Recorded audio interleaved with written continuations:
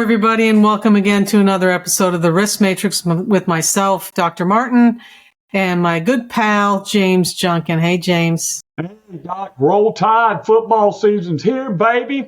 I'm overwhelmed. We got football on Mondays, Thursdays, Fridays, Saturdays, Sundays. My time of year. Happy pumpkin. And you have your pumpkins, right? Because Halloween's a coming. It is.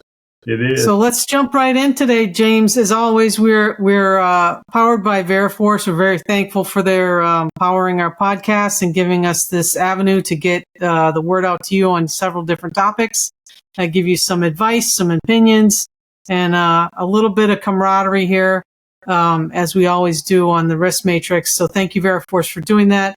Let's jump into rip from the headlines, if you would, James. What do you got from us? Well, you know, we just got back from the National Safety Council. A lot of my friends and colleagues went to Denver to the NSC event, and every year at NSC, at least for my recent memory, OSHA likes to come out and publish what their top 10 citations are for 2025 as being projected. You know, they don't follow a calendar year. They follow their budget year, and I think it ends in October. So a lot of interesting things came out of that about industries being targeted. But if you've been following the OSHA top 10, it really doesn't change much as far as what's being cited year to year. The rankings may change, but there were some interesting takeaways. Yeah. Well, don't steal our thunder for the show here, James. There are another couple things. There have been a couple of companies that have been in the news with large fines lately. And I've seen this myself with my clients that OSHA has, even though, we've heard talk of shutting offices and not having enough staff and all of this, but, my clients are still being audited at the same or a quicker rate. And the fines, as you know, have gone up this year. And, they're looking. OSHA's looking. Well, I'll tell you from my experience, we're as busy as we've ever been in representing clients undergoing OSHA inspections, either programmed inspections, complaint inspections, or, mostly fatality inspections. And I will say this, our experience has been, it's a little bit more difficult in putting together mitigation plans. It's a little bit more difficult to get them to reduce severities, to dismiss violations without justification, meaning they got it wrong, and to reduce the financial penalties. So we've talked about that a little bit before, but I think my experience is, and your experience, from why I hear what you're saying, is directly reflected in what you're seeing in the headline. OSHA enforcement's not going away. If anything, it's ramping up. Right. So you did steal our thunder. So we're going to talk about today the OSHA top 10 for the last fiscal year.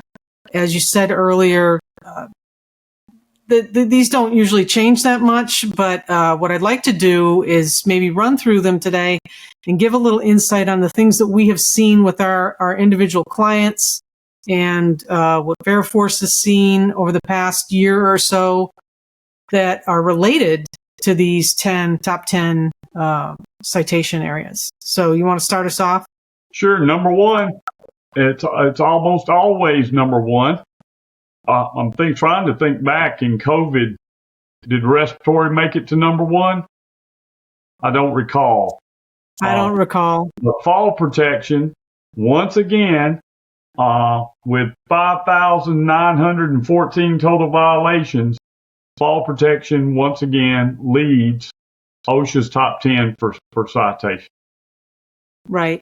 So as you know, and as I've told our listeners, I work a lot in construction. In the last several years, I've seen citations in fall protection. Almost every single case in construction involves some citation with fall protection. It is one of the top fatality areas in construction. And what I've been seeing lately, at least with my clients, is that there's been a lack of training, which we'll get to that later because that's further on down the list, right? Right. And there's also been a lack of understanding of what it means to be 100% fall protected. You know, it simply amazes me that in 2025, we still have to talk about fall protection being the most commonly cited year in, year out citation. You know, breaking it down, the standard they cited was 1926-501. And if you look at the way OSHA went about this year and what industries were cited, there was a heavy emphasis, it seems to be, on roofing contract. Roofing, framers, siding, you know, maybe, I don't know this to be a fact, but that sounds like commercial and residential home building, right? Or maintenance activity.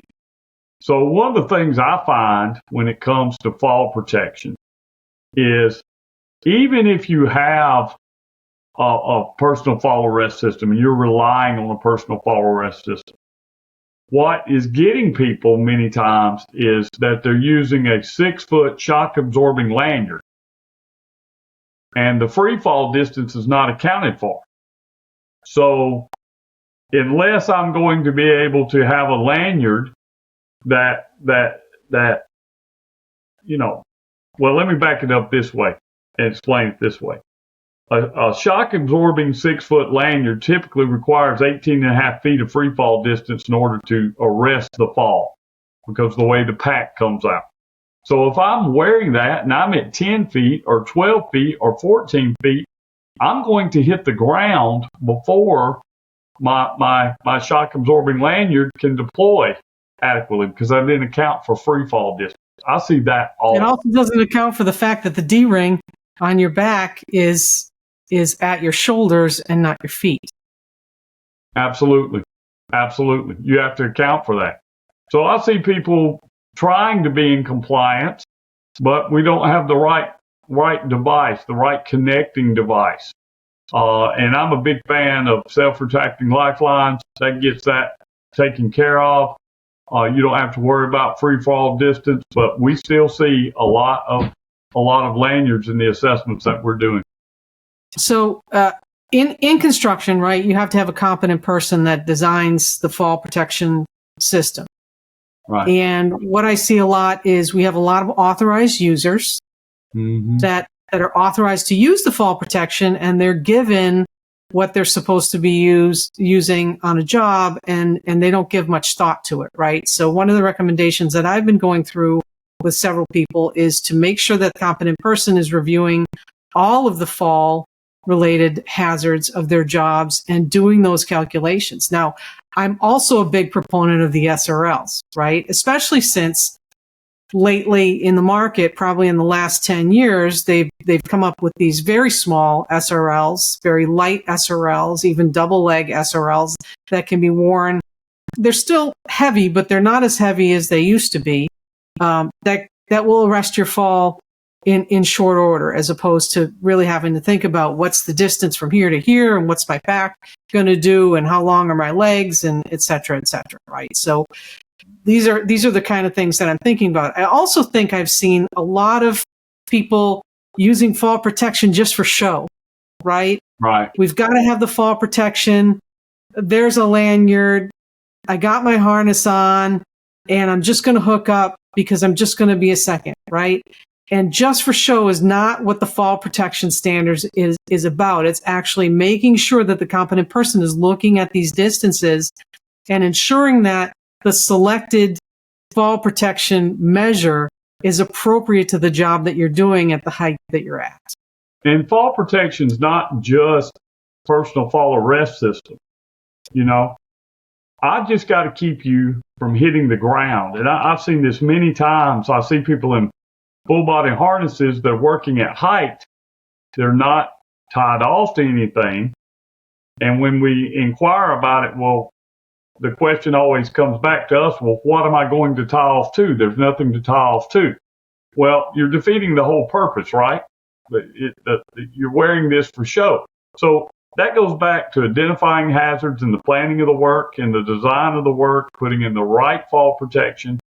And I've always found fall protection, the simplest seems to be the best method. There are a lot of complex ways to protect workers from falling, etc. But that usually requires specific training, a lot of planning. So there was one other thing I wanted to add to SRL, if for our listeners. I'm a big fan of that type of device. However, you need to think about what brand you're getting and whether or not where your anchor point is. Many of these SRLs, if you anchor below instead of in the middle and above and behind, and you anchor at your feet, it's really not going to be able to adequately arrest you. In fact, some of the demonstrations I've seen in those type SRLs, they'll actually come apart because they can't take the G-force. So you need to make sure when you select that, hey, if I'm going to have to anchor at my feet, that this device is capable of withstanding the G-forces that are going to come off if there's a fall. Right. Right. So that goes back to reading the manufacturer's recommendations, actually diving into those booklets they come with that a lot of people just throw out, and how they're designed and how they're supposed to be used. One more thing, again, in construction, there are a lot of ways to get a job done. I know people are like, what do I anchor to? How do I take care of this situation? In construction, at least, we have the use of man lifts. We have the use of scissor lifts. We have the use of boom lifts. We've got the use of cranes with man baskets on them. There are a lot of different ways, and there's no excuse by saying, well, that's not cost effective or whatever. Complying with the standards sometimes is not cost effective, but it also could save a life. So with that, let's move on to number 2, hazard communication in general industry. Now, James, I don't think this is just general industry where we see this, but this is hazard communication in general industry. So I'll let you go first on this one. In my experience, what normally gets people in hazard communication is the availability of the safety data sheets, in the right safety data sheet for the chemical. That's low-hanging fruit. In a language that workers can read, understand, and comprehend. I don't know why that seems to be so difficult, but OSHA's issued 2,554 total violations so far this year for compliance with the hazard communication standard. Now, this is just James's preference, right? And so since I get to start off about my opinion, I'm going to give you my opinion. I am a fan of having the physical safety data sheet on site. I know there's a lot of electronic ways to do that. I'm not against that. Here's why I'm a fan of having the physical safety data sheet on site. In the event of an emergency, and this person has come into contact with chemicals, they may be doused with a chemical or whatever, I need to be able to give that safety data sheet to the first responders so they can do the adequate decontamination. All right, if I'm covered in oil, they're not running me right into the emergency room. I've got to be deconned before I get into that ambulance. So having that allows me to and the team on site to react pretty quickly to pull that safety data sheet out, hand it to the first responders so they know exactly what the decontamination procedures are in the event of emergency. We're not trying to fool with our phone and look it up. I'm not against all those others. It's just James' personal preference. So let me interject here something that has gone on recently with a few of the people that I've dealt with. They have lone workers, right? And lone workers sometimes are working with chemicals. Unfortunately, there are some jobs that have to be done alone or just one person jobs or whatever.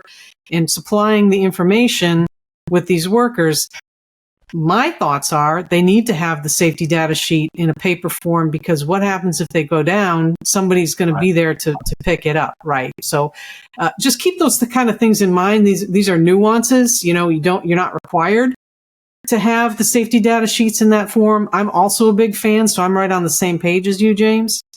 Some other things that have come up with me in hazard communication? Secondary containers. Almost every construction site that I've been on in the last probably 6 months to a year have had secondary containers of materials that they've been using that are unlabeled, that are not put back into their original container at the end of at night, right? Right. Or at the end of the day, or at the end of beneficial use. And these are a problem, right? Use of a secondary container is allowed as long as it is labeled as such with the material that's in it and the hazards, etc., right?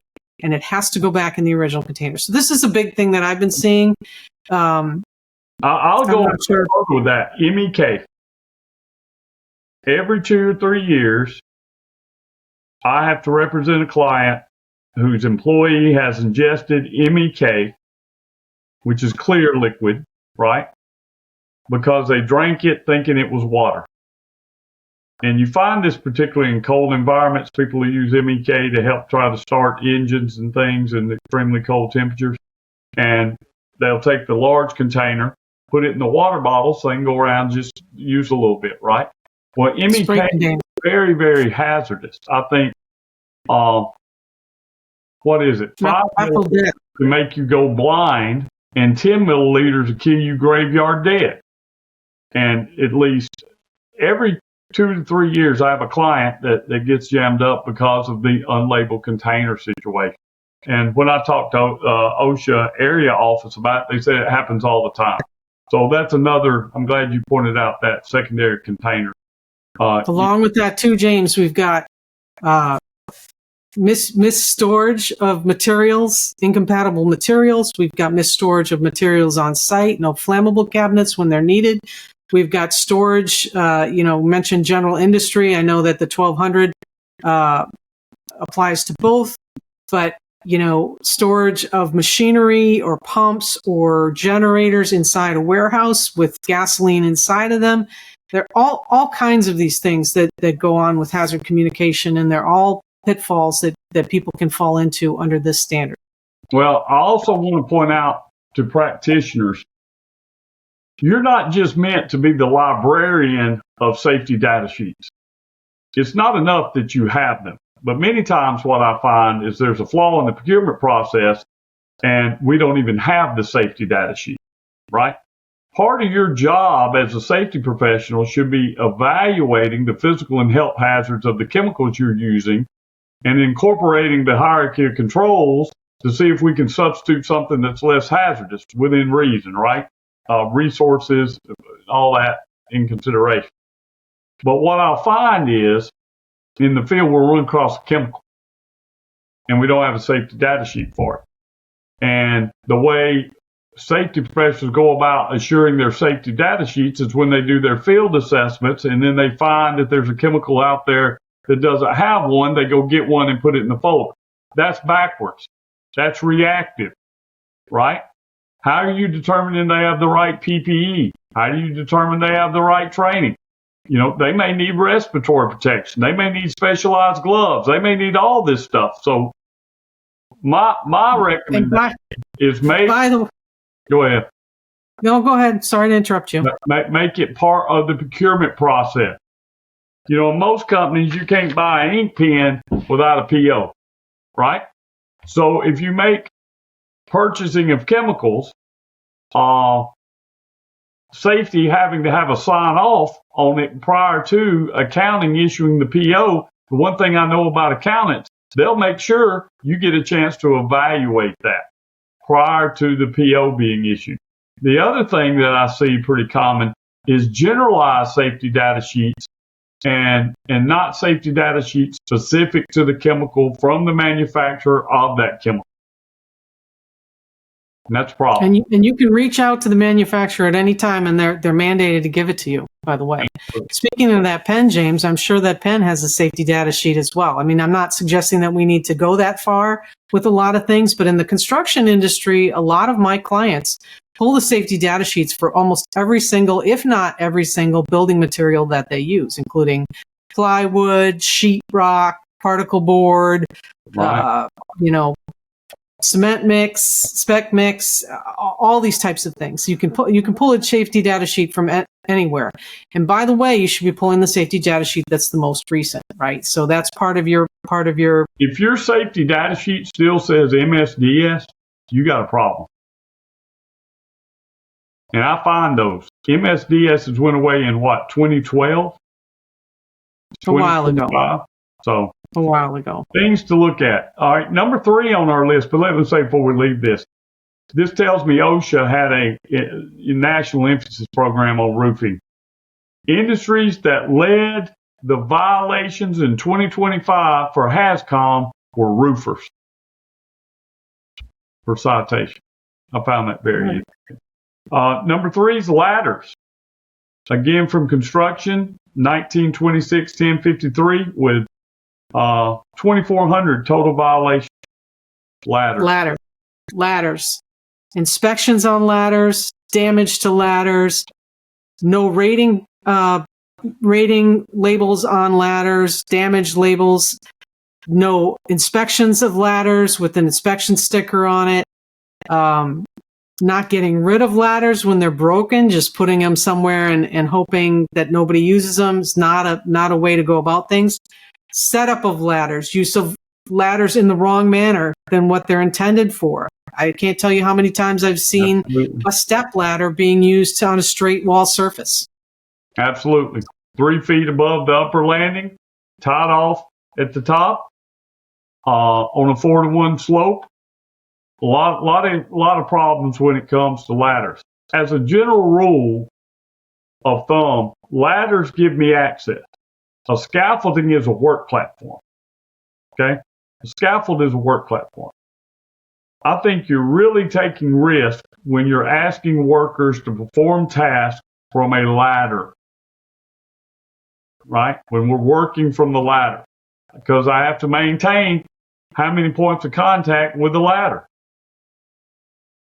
right? 3 points. So I only got one hand free. So it'd be a very unique type situation where I could actually perform work from ladders. That's why we have aerial man lifts.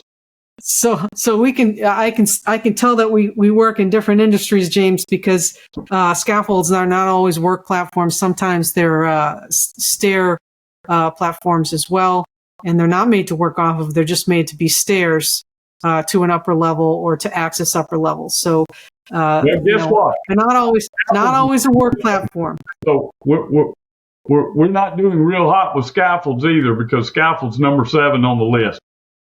All right, moving on. Respiratory protection, number 4. 4 is lockout, tagout. No, it's not. Okay, on my list it's lockout, tagout. Okay, on my list it's respiratory protection and then control of hazardous energy. Okay. Well, guess what? It really doesn't matter, because it's 4 and 5. 4 and 5, they're right there together. So let's do respiratory protection from your list. 1910-134, applicable in the construction standard, incorporated by reference. 1,953 total violations. The number one cause of citations was failure to provide medical evaluation for workers that were wearing respiratory protection. Now, I would find this interesting. How many of those citations were loose-fitting respirators like N95? Because OSHA's trying to claw that back, right? What I've seen is mostly it's people not wearing respirators when they should be wearing respirators.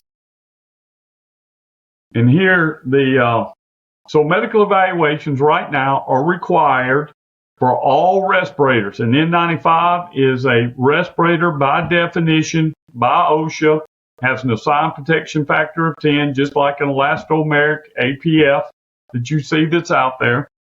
That means workers have to have a medical evaluation, be fit tested, and trained to wear that, right? So I just found it interesting that in this, the number one cause of violations was the failure to have medical evaluation. And, if you're wearing a loose-fitting respirator, until that proposed rule change by OSHA is actually implemented, you must get workers medically evaluated. The requirements are the same for an N95 as it is for an SCBA. Okay, then let's talk about the silica standard. Let's talk about it. If you're exposed to silica more than 30 days a year, you have to have the medical evaluation, right? You have to do fit testing. And with that though, under the silica standard, is not just the appendix questionnaire.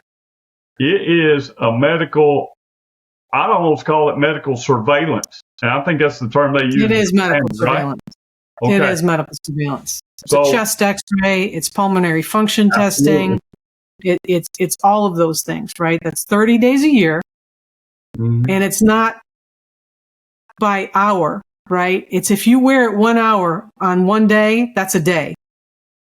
If you wear it 2 hours the next day, that's 2 days, right? So it's not a cumulative hours worn over 30 days. It's 30 individual days for any amount of time. And what I was working with a contractor here recently. They do racking, install racking in warehouses. So they drill into the concrete, right? So there's little piles of concrete dust everywhere. Well, you don't have to have much to be above the action level for OSHA. Now, you're the IH here, but 25 micrograms per cubic meter of air no, it's 50, that's the action level, right? And then 25 is the PEL. So you don't have to have much. How much is 50 micrograms per cubic meter of air? It's not a whole heck of a lot. And let me just say this. The methods that you use to minimize the dust, like shrouds and HEPA vacs, sometimes are not as effective as you think they are, and you still need a respirator in use with those. The only method that really does a great job, which construction people kind of shy away from, is the use of water, right? Because it makes a mess. But unfortunately, sometimes you got to make a mess in order to keep workers safe. In this assessment we did, the JHA said refer to table 1, and they're going to use wet methods, but they weren't using wet methods, and they said we're going to use HEPA vacs, but they just had regular shop vacs, and basically what they did was leave piles of this all over the facility, and at the end of the day, somebody cleaned it up, right? And workers were wearing N95. So respiratory protection, got to still do the medical evaluation. And if you're doing silica, you're in medical surveillance. And I guarantee you, if there's ever a crackdown on medical surveillance, I'm going to go out on a limb here and say most people aren't really doing the medical surveillance correctly as defined in the standard.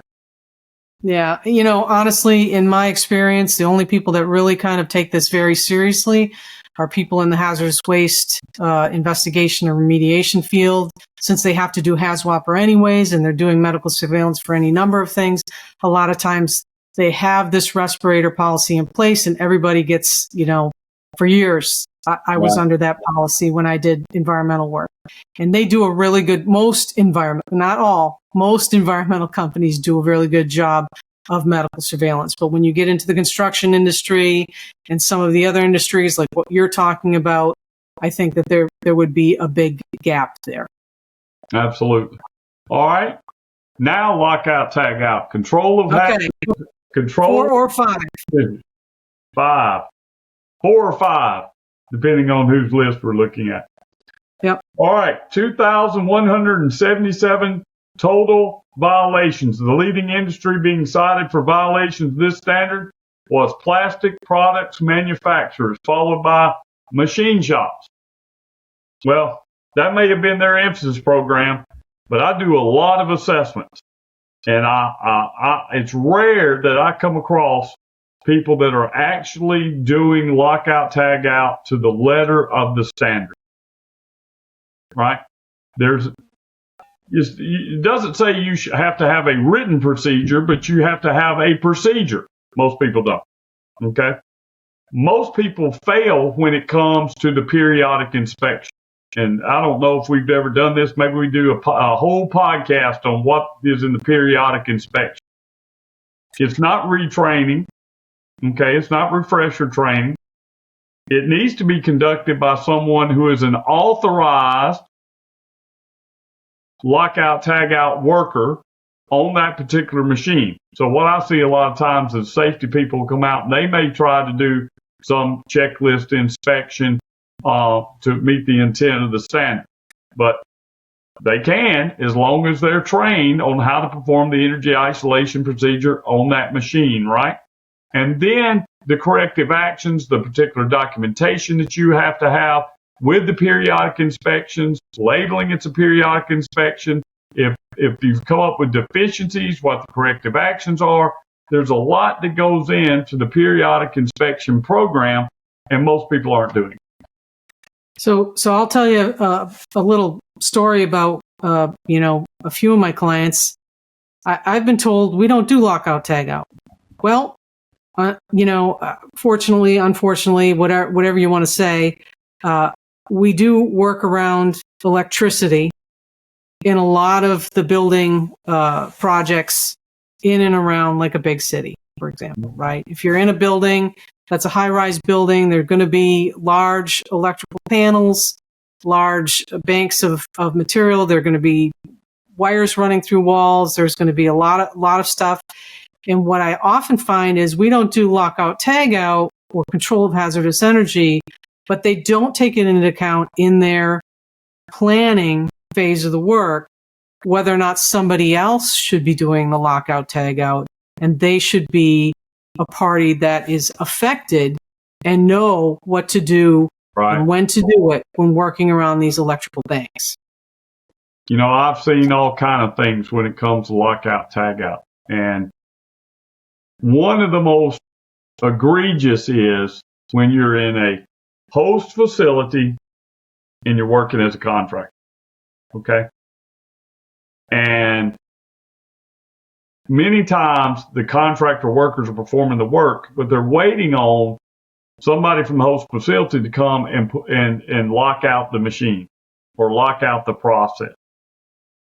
That doesn't alleviate you from your team also putting locks and tags on these energy isolation devices. Every person with the potential to be injured shall place a lock and or tag on each energy isolation device. So just because the process operator locked it out doesn't mean that you don't need to lock it out and the members of your team lock it out. So there's lockout, tagout, pretty simple to follow, but it seems like we have a lot of challenges with it. And OSHA came up out of the inspections they've done, 2,177 violations that have been issued so far in 2025 related to hazardous energy. So have a procedure. It takes a little effort. I recommend it to be written procedure, right? So we can make sure we're following it. And it's less likely to be deviated from. And if somebody asks us to prove we have a procedure, we've got a document that we can pull out if we're being inspected by OSHA related to that. The other thing, it didn't call it out, but I'm going to call it out here, is training. Training. Okay? Lately, I've been running across a tremendous amount of e-learning training, and it has its place.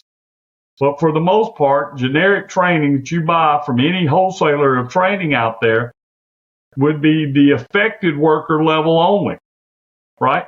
An authorized worker needs specific training, and we'll talk about that maybe in another session, about what goes into that specific training in order to be able to perform the lockout tagout procedure.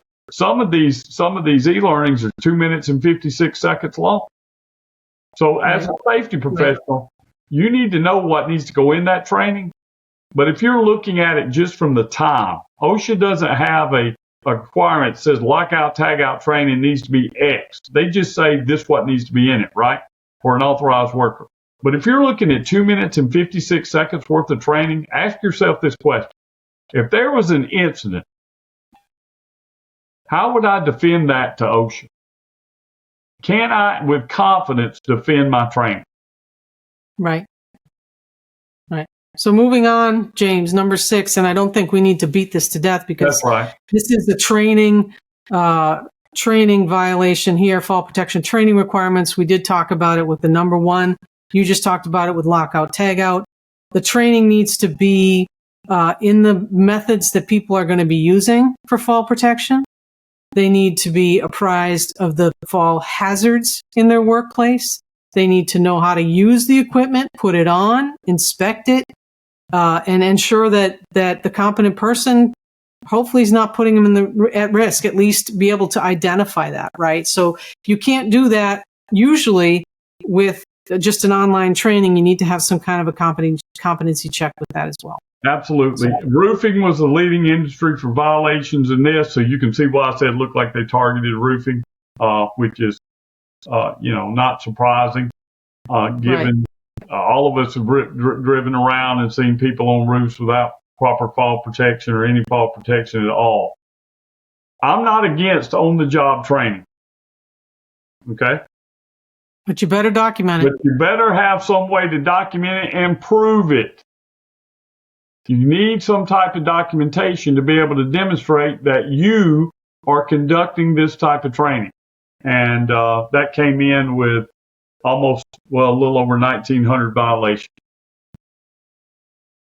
Okay, let's move on to number 7, scaffolding. This came up mostly in industries for masonry, roofing, framing, and siding, which could be residential. It also could be commercial. If you drive anywhere around in Boston, you're going to see these things going on all the time. Any big city, they're going to have scaffolds up all over the place. Usually a lot of these firms don't put up their own scaffolding. They have other people put it up, that's scaffolding firms, but that does not alleviate you from the requirement to be going through and checking their work and making sure that the pieces and the parts match to where they're supposed to be, that all the parts are there, that they're operating as they should be, that they're being used as they should be, that they meet the standard, that the planks are. So just because somebody else puts it up, number one, does not always mean that it's perfect or that it meets the standard. A competent person for scaffolding has to be in the employ of your firm, or at least hired by your firm to come in daily and check that scaffolding for defects. That's the most common violation I see. I'm a big proponent of using qualified scaffolding builders. You see this a lot in the construction standard, that competent person, qualified person, right? So you need qualified scaffold builder. They come out, they erect your scaffold, they're qualified to do so, and then we turn it over to you, and then we don't do the inspections, we don't have the right tagging. We have scaffolds that have tags, but they're old, nobody's updating them. Very, very common, low-hanging fruit, if you will, for a compliance officer. Right. So you live in a more perfect world than I do, James, because I've seen qualified scaffolding companies come out, build scaffolds, and them not be up to par with what the competent person for any construction firm might look at. So, that's another thing, is make sure who you're subcontracting is actually qualified and are not just telling you they're qualified. But that's a whole another issue. So let's move on to number 8, powered industrial trucks. Oh, yes. 1910-178, 1,826 total violations. The leading part of the standard that led to violations was ensuring workers were trained to operate powered industrial trucks. We're back to this concept of training. This is one of those that is specific. You need classroom, hands-on demonstration, and a performance evaluation. Okay? That is specific to the type of powered industrial truck that person is operating.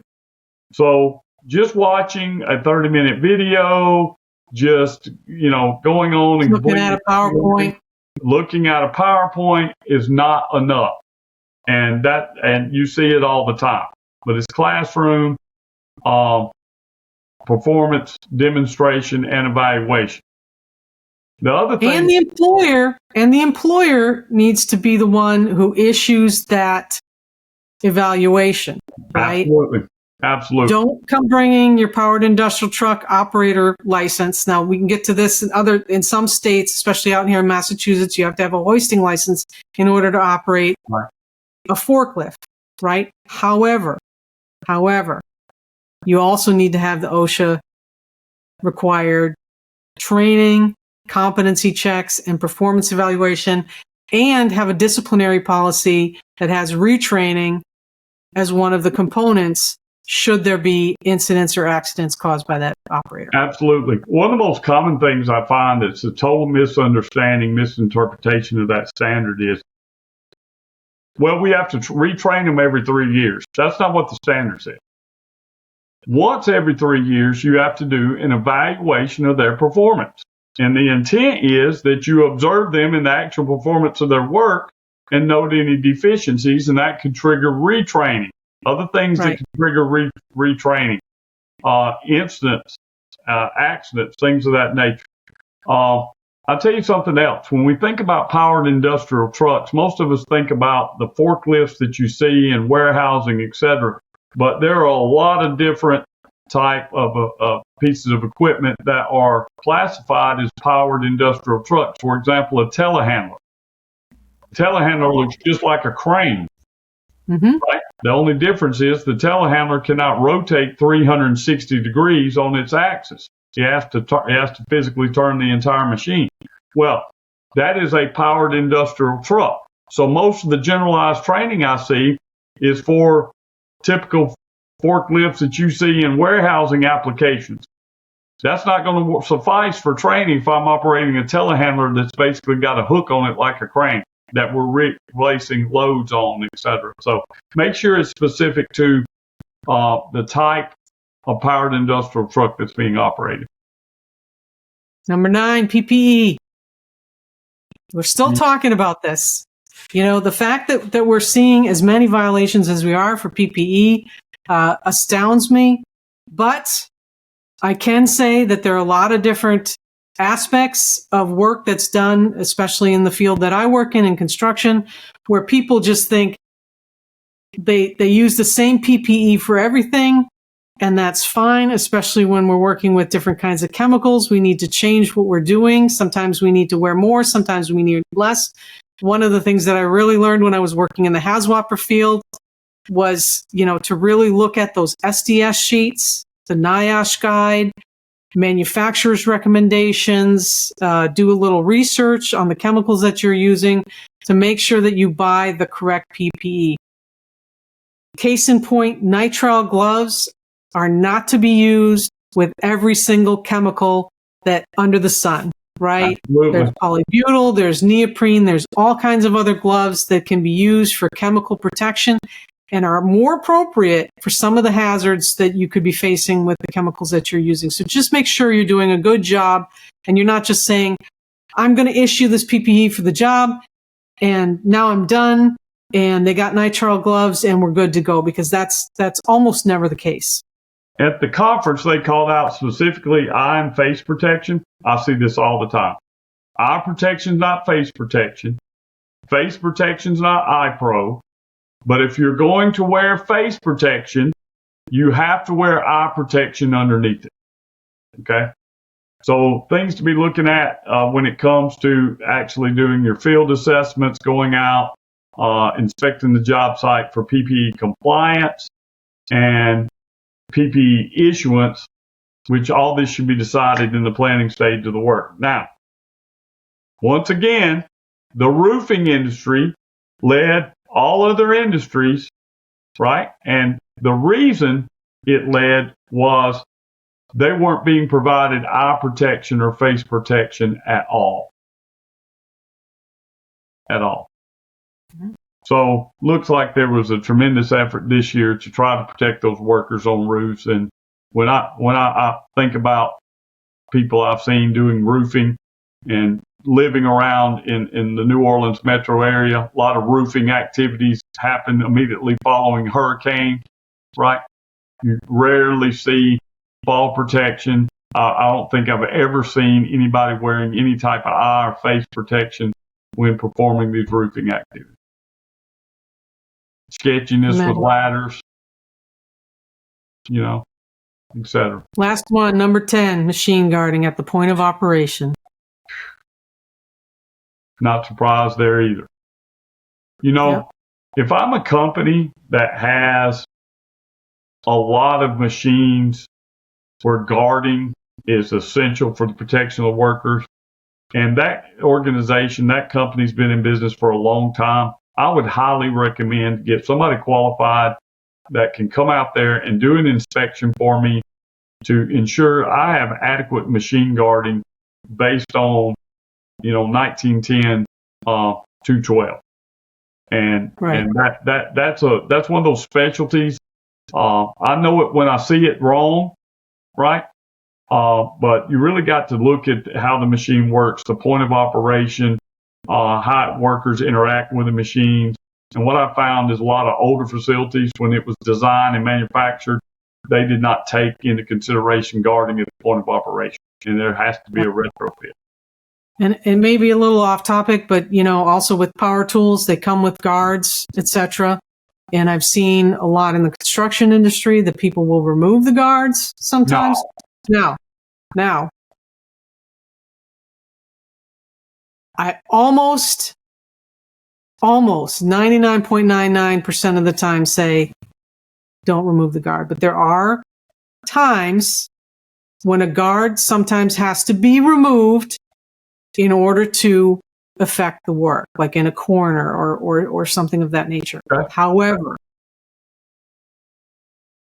that ensures that you need to be looking at how else are you going to protect the worker from the hazards of that point of operation. Okay?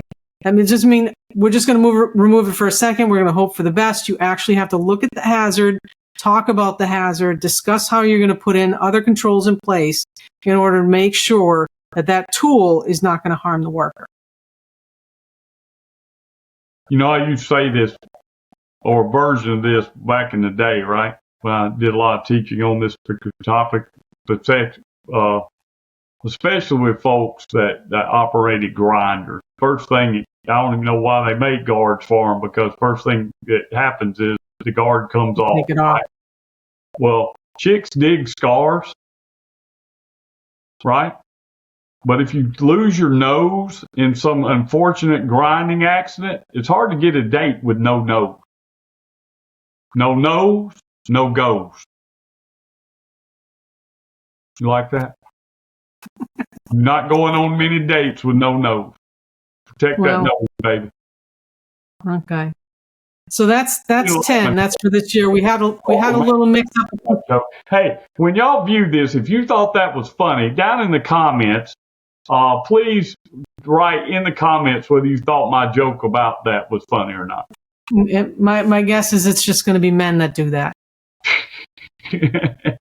So moving on, we went through 1 through 10 on this year's list, and I will say that 4 and 5 we had a little mix up. That mix up was on my part. I pulled up last year's; they were just swapped. But that tells you how much they've changed. Not very much. Every once in a while, one flips up a little higher, one flips down a little lower. Falls usually stays at the top. And as James noted, that a lot of these inspections, a lot of these violations are reflective of emphasis programs in certain industries, right? That doesn't mean you're immune. It just means that emphasis programs are going on in that industry right now, and maybe next year it'll be your industry. I would say this, an important comment.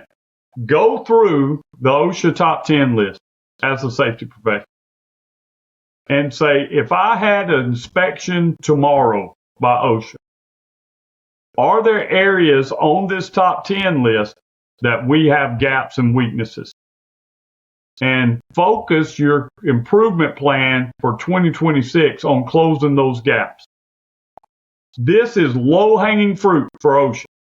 None of this is super complicated to implement. All of us could do a lot better job, as far as our training. We'll talk about that in some other episode.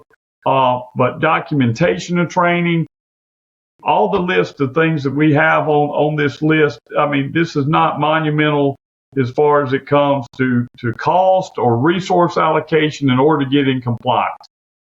So Take a look at the list. think about if OSHA showed up tomorrow, they wanted to go out and conduct a chemical inventory at my site. Do I have safety data sheets for that? Are my workers trained? And when we do our assessments, like, for example, I don't think you got to really try to set people up for failure, but workers that deal with chemicals need to know where to find the safety data sheet. They need to know what the safety data sheet is. They need to discuss the safety data sheet before the task. That's a whole nother thing. And I will add. Go ahead. I was just going to say, I will add, James, that we gave a lot of tips during this episode of things that we've seen in the field. These are things that are very common. Things that I mentioned, and I know the things that you mentioned, are things that we see every single day when we go into the fields for our clients. And again, low-hanging fruit. That's not to say don't focus on the other things. Focus on the other things too. But the low-hanging fruit are the things that are glaringly obvious when somebody visits your site. Clean them up. And it's going to be very difficult to get OSHA to reduce the citations for one that's in the top 10. So if you get serious for this, you're probably going to keep the serious for this. So just encourage you to use this list. Ask yourself the question, am I prepared if OSHA came out here tomorrow to inspect on anything on this top 10? And I think you'll be good to go and set up for good, safe work into 2026. Right. Thank you again for listening to this episode of the Risk Matrix with James. If you like what you hear, we're on several podcast stations, iHeartRadio, Amazon, Apple, Spotify, you name it. Where you get a podcast, you can get us. Just search for the Risk Matrix. And hey, Alexa, play the Risk Matrix podcast. We're there too. So again, YouTube for Veriforce. Like, subscribe, send us some comments. If you want to be on the show, give us a shout out and let us know you want to be on the show, or let us know what you want us to talk about, because we're open to talking about just about anything. Thank you again for viewing another episode of the podcast. We do this for you. Until next time, y'all keep bringing those workers home safe for the hazardous jobs. Roll Tide, baby. Roll Tide.